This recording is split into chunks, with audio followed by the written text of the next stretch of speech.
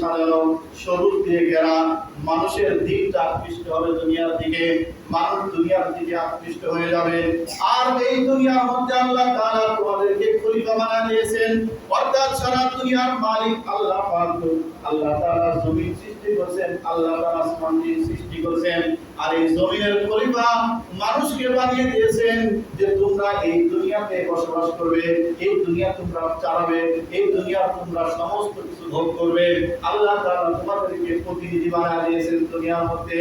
কিন্তু ফায়ানজুর কাইফা তা'মালুন, তোমরা মালিকের এই দুনিয়া পাওয়ার পরে মালিক তোমাদেরকে পরিচালনা করার জন্য, দেখাশোনার জন্য রাখাল হিসেবে রাখছে।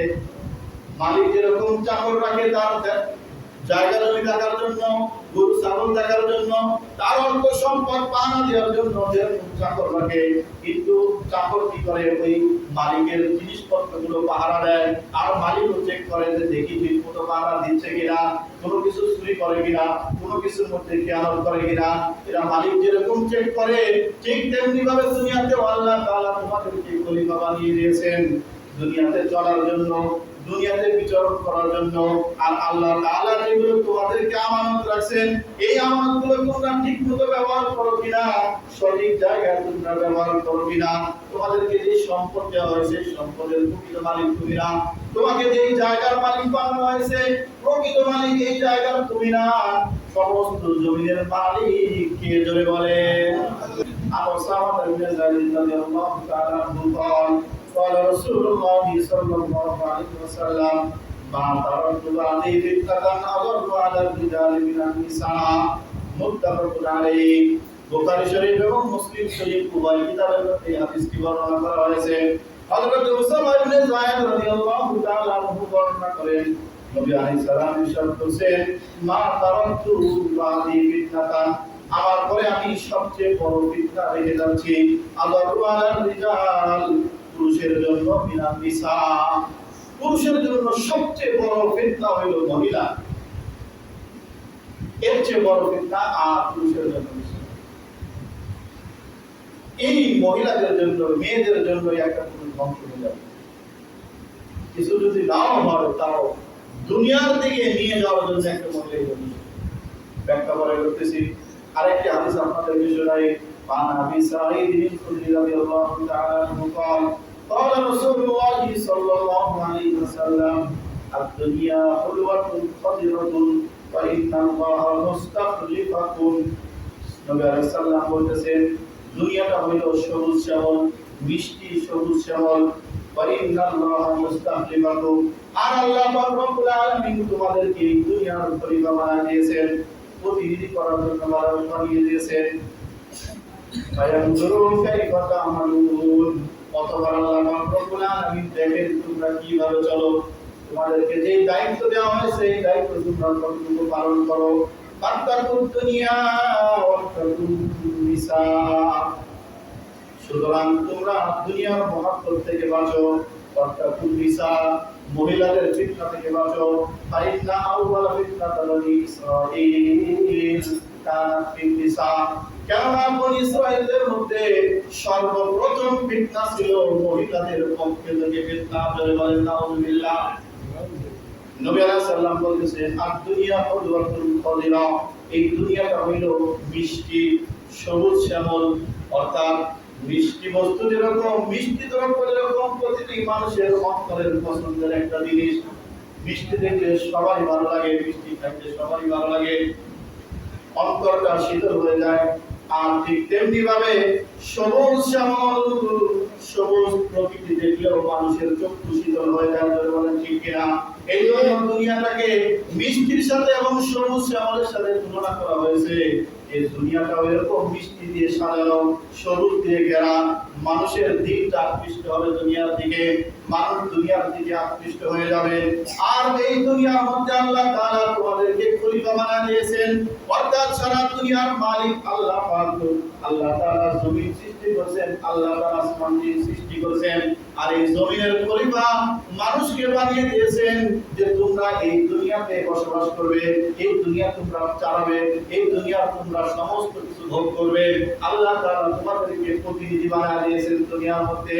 কিন্তু ফায়ানজুর কাইফা তা'মালুন, মালিক তোমাদেরকে পরিচালনা করার জন্য, দেখাশোনার জন্য রাখাল হিসেবে রাখছে।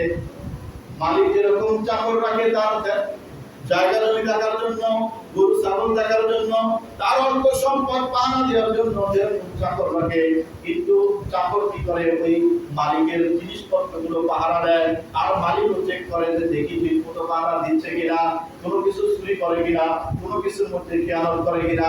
এরা মালিক যেরকম চেক করে ঠিক তেমনি ভাবে দুনিয়াতে আল্লাহ তাআলা তোমাদেরকে খলিফা বানিয়ে দিয়েছেন, দুনিয়াতে চলার জন্য, দুনিয়াতে বিচরণ করার জন্য। আর আল্লাহ তাআলা যেগুলো তোমাদেরকে আমানত রাখছেন, এই আমানতগুলো তোমরা ঠিকমতো ব্যবহার করো কিনা, সঠিক জায়গায় তোমরা ব্যবহার করো কিনা। তোমাদেরকে যে সম্পদ দেওয়া হয়েছে, সম্পদের প্রকৃত মালিক তুমি না। তোমাকে যে জায়গার মালিক বানানো হয়েছে, প্রকৃত মালিক এই জায়গার তুমি না। সমস্ত জমিনের মালিক কে? জোরে বলে আল্লাহ। আল্লাহ সমস্ত জমিনের মালিক, কিন্তু তোমাদেরকে কিছুদিনের জন্য এটা দেওয়া হয়েছে, চালানোর জন্য, ব্যবহার করার জন্য। তোমার হায়াত শেষ হয়ে যাবে, এরপরে আবার তোমার সন্তানদেরকে দেওয়া হবে।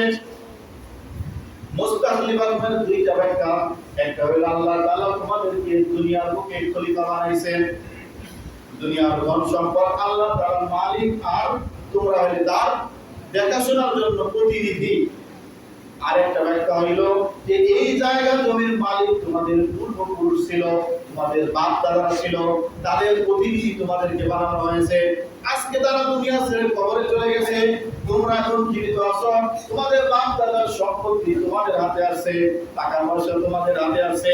আল্লাহ পাক রব্বুল আলামিন দেখতেছেন যে তোমার বাবার সম্পত্তি, তোমার দাদার সম্পত্তি আজকে তোমার হাতে দেওয়া হয়েছে। দেখি তুমি এই সম্পত্তিগুলো, তুমি এই টাকা পয়সাগুলো, অর্থ সম্পদগুলো কেমন ভাবে আমানতের খেয়াল করো, নাকি আমানত রক্ষা করো।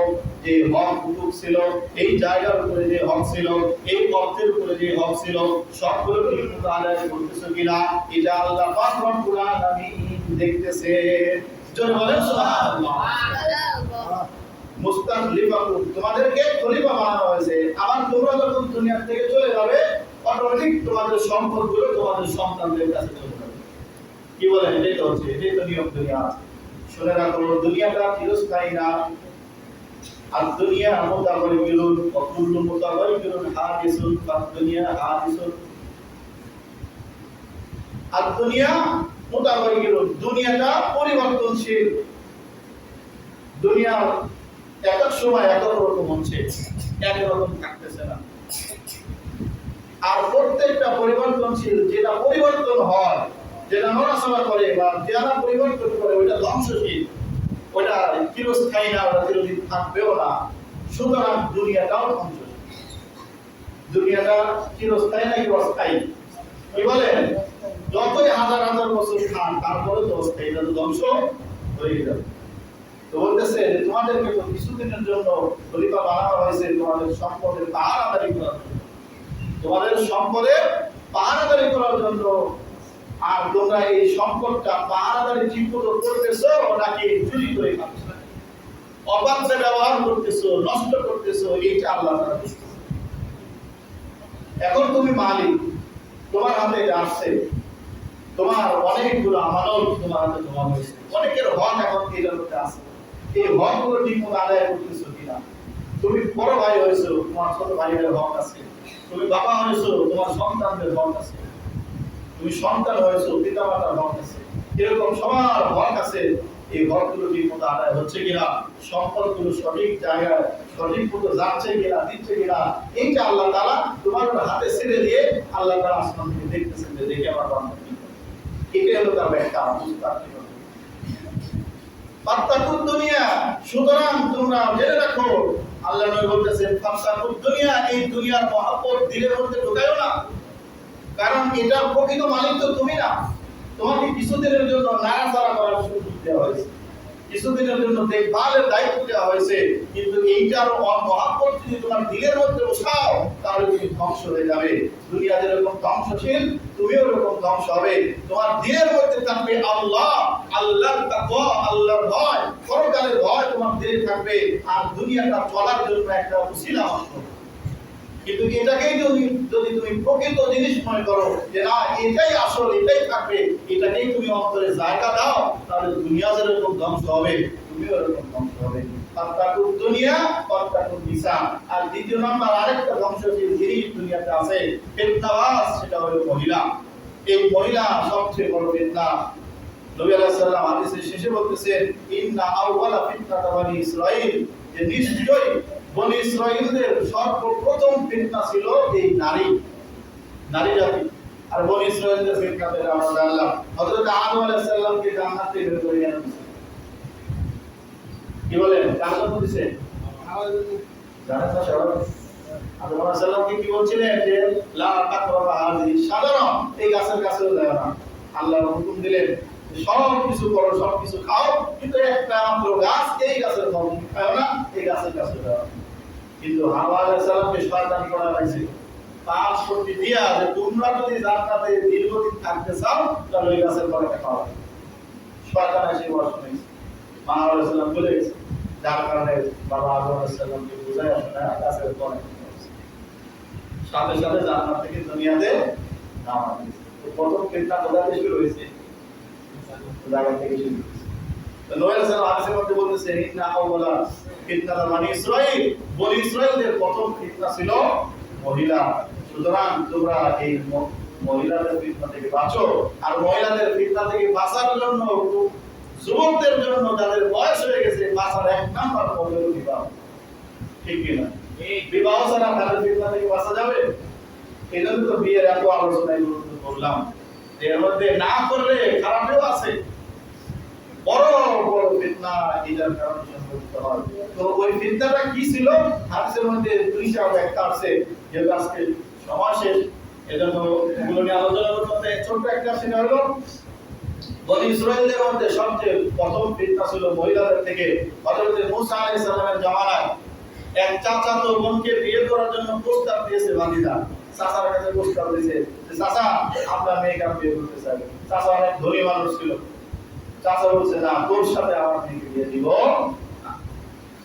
যখন এই কথা বলছে তখন চাচাকে গোপনে রাত্রিবেলা কি করছে? তাকিজা মেরে ফেলছে, হত্যা করছে। হত্যা করছে কি কারণে? যে আমি শাস্ত্রকে বিয়ে করে এখন আমি বাধা দিতে পারবে না। সকালবেলা জানাতে নিয়ে গেল, এও কাঁদতেছে, আমার চাচাকে কে মানলো, কে মানলো, মেয়েও কাঁদতেছে।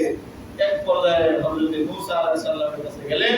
মূসা আলাইহিস সালাম যাওয়ার পরে যে এই খুনিকে, এই হত্যাকারীকে নির্বাচন করার জন্য, বাছাই করার জন্য, ধরার জন্য আল্লাহ পাক রব্বুল আলামিন সূরা বাকারা নাযিল করে সেই গরু জবাইয়ের ঘটনা নিয়েছেন।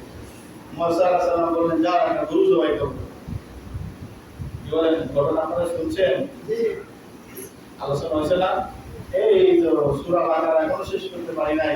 সূরা বাকারার শুরুর দিকে আলোচনা দীর্ঘদিন করছি যে মূসা আলাইহিস সালাম ওই গরুর কারণেই সূরার নাম হচ্ছে সূরা বাকারা।